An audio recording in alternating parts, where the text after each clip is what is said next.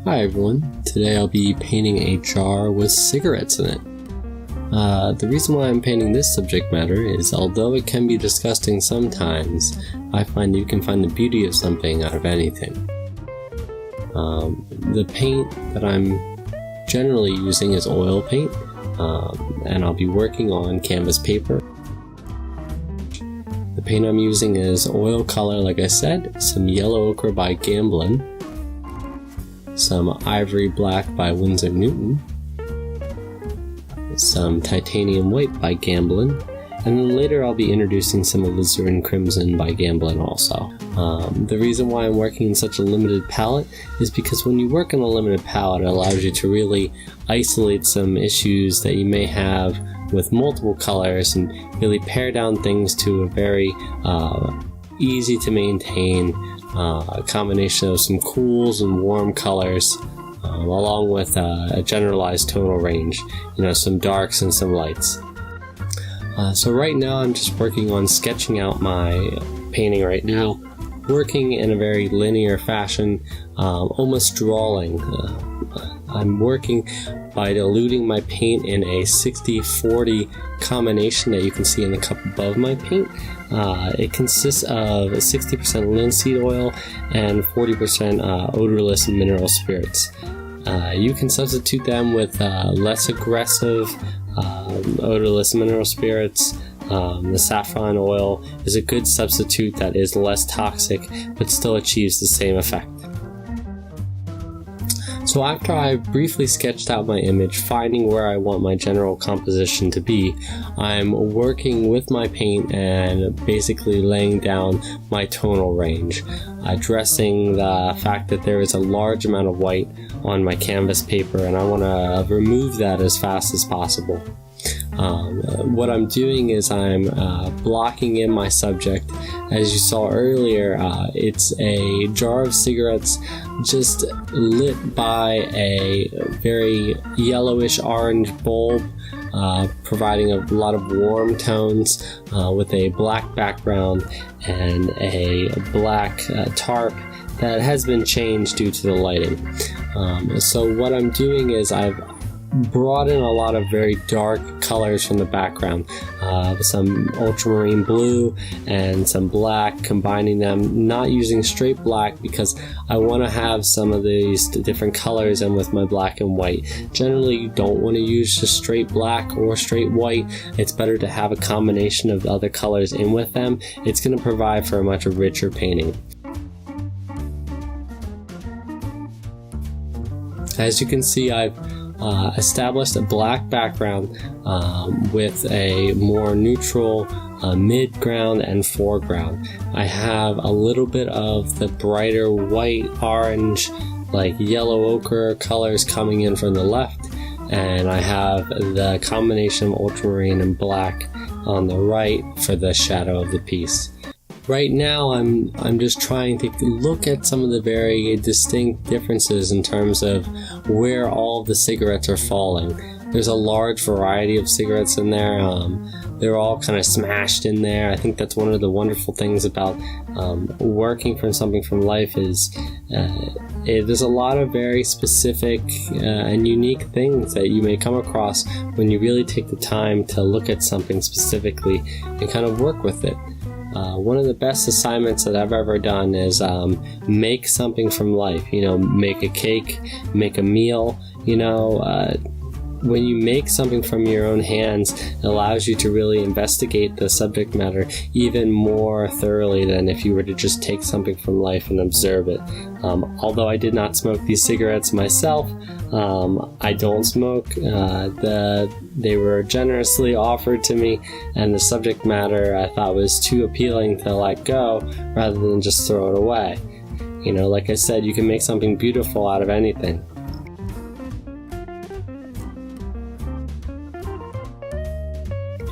So what I'm doing is I'm allowing for a lot of the colors that are apparent to show through with my limited palette. I do have only the ultramarine blue, the yellow ochre, and there is some alizarin crimson coming in that you can't see right now. but by combining them, I have some cools, I have some warm colors. I can kind of get a wide variety of color range regardless. As you can see, there's surprisingly a lot of green in there in the more darker areas due to the lighting from the left. Is created almost a very large area of like dark and shadow cigarette butts that almost have this like green kind of glow to them if you take the time to look at them.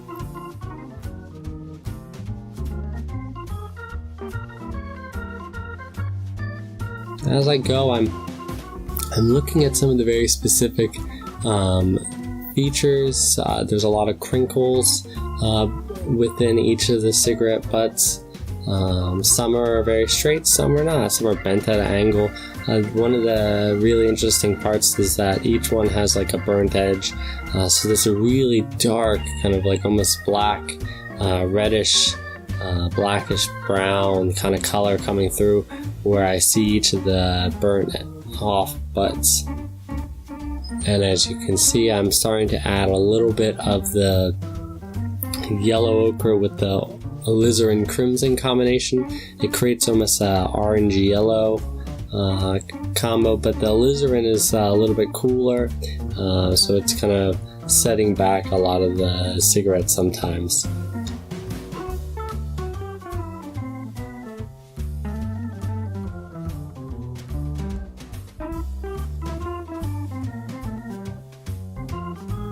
So even though I've addressed the majority of my composition with my drawing and then my quick washes of color, as I continue to paint, I'm going to be still thinking of things in both a tonal and a hue mentality in terms of painting, but also in the construction of my piece in a very draftsman-like approach.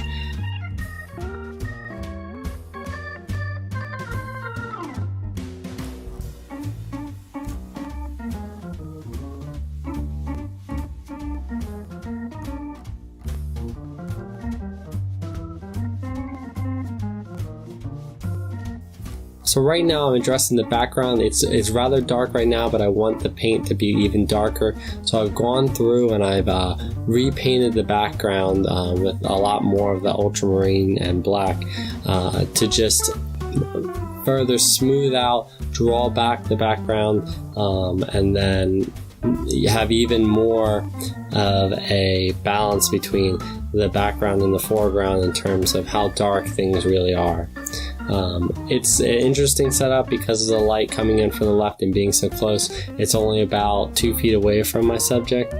Because of that, there's a lot of light bouncing in a lot of places, so even though it is a black background, it's still very well lit. What I'm doing right now is I'm working in a more scumbling technique, which is scumbling is the act of taking the colors that are still wet next to each other and going back and forth, kind of like blending them together, bringing the colors from one side to another rather than having the colors butt up against each other.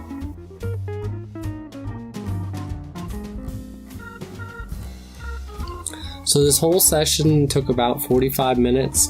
The first 3 to 4 minutes was a 20-minute session, then another about 10-minute session. Then I took a break for about 5 minutes to kind of rest my eyes and come back in for another 15-minute session. I think there's a great advantage to when you're painting, let it be a half an hour, 2-hour session, that once in a while you should take a step back, do something else for maybe 5 or 10 minutes just to let your mind rest, allow it to think about something else, and observe other colors that are in your environment. That way when you come back and look at your painting, it allows you to have a more fresh mindset, a more fresh color palette in your brain. That way when you look at your art, you really get to see some colors from a new light.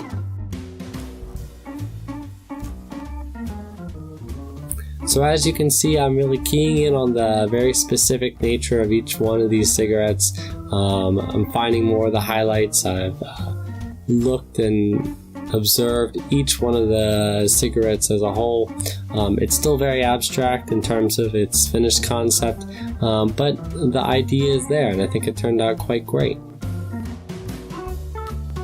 If you liked my video, make sure to like and subscribe. I'm on Instagram at Evan Raymond, and I have a Twitter also. When you subscribe, you'll be updated regularly on the videos I put out, so make sure to like and subscribe if you loved my videos. Comment also if you really enjoyed it. I'd love to hear from you, and I'll try and get to you as soon as I can. I love talking about painting, and I love hearing from you all about what you're painting. It's been a pleasure painting with you today, and I hope you enjoyed my video, and you have a great one, and keep on painting.